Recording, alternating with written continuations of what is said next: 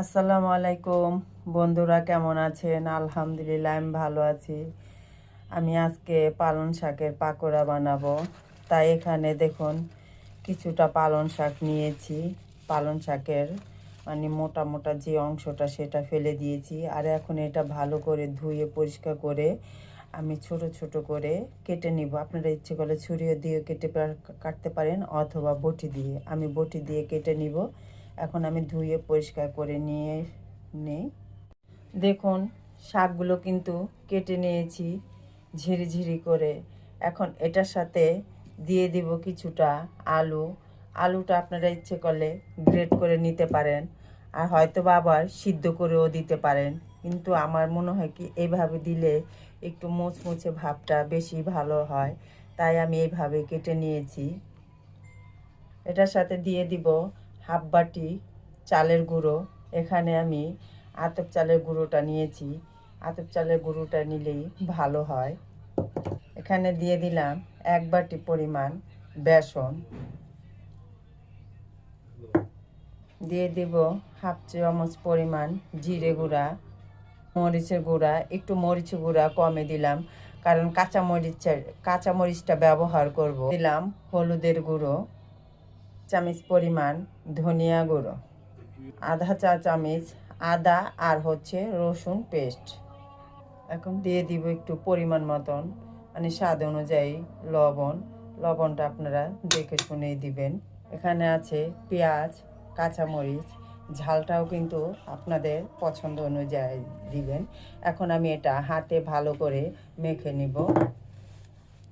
পানিটা লাগবে কিন্তু এখন দিব না, যেহেতু শাকের মধ্যে পানি আছে।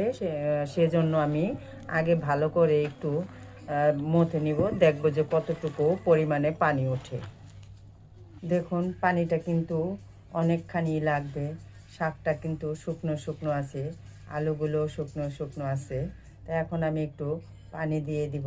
পানিটা অল্প অল্প করেই পানিটা দিতে হবে, দিয়ে ভালো করে আস্তে আস্তে ভালো করে মথে নিতে হবে। দেখুন মেখে নিলাম।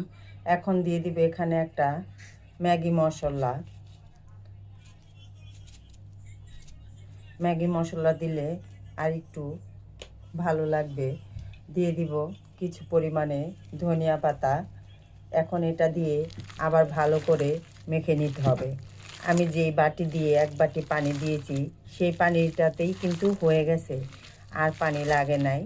দেখুন কত সুন্দর একটা ডো বানিয়ে নিলাম। এখন মেখে নিলাম। এখন আমি চুলায় চলে যাব। দেখুন তেলটা দিয়ে দিয়েছি আর তেলটা গরম হয়ে গেছে। এখন আমি আর এগুলো আস্তে আস্তে সবগুলো দিয়ে দিব এক এক করে।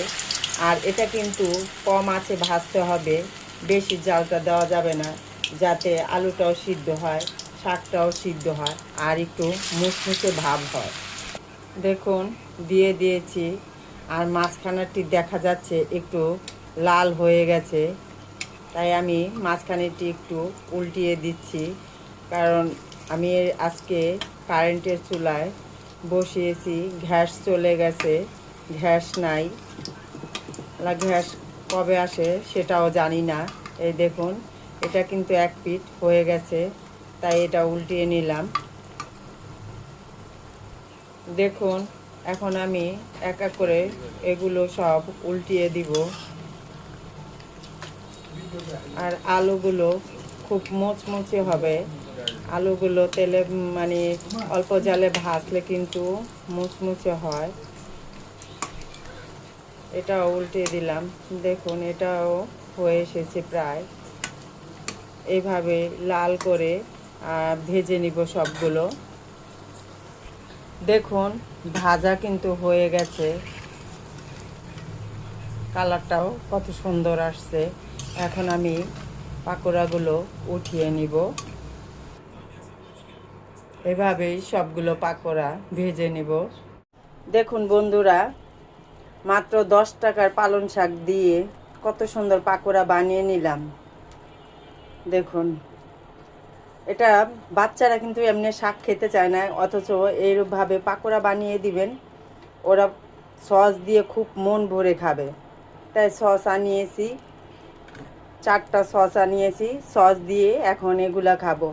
যদি ভালো লাগে বন্ধুরা, ভিডিওটা লাইক শেয়ার করবা, কমেন্ট করে দিবা।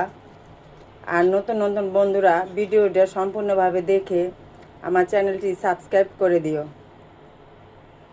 আল্লাহ হাফেজ।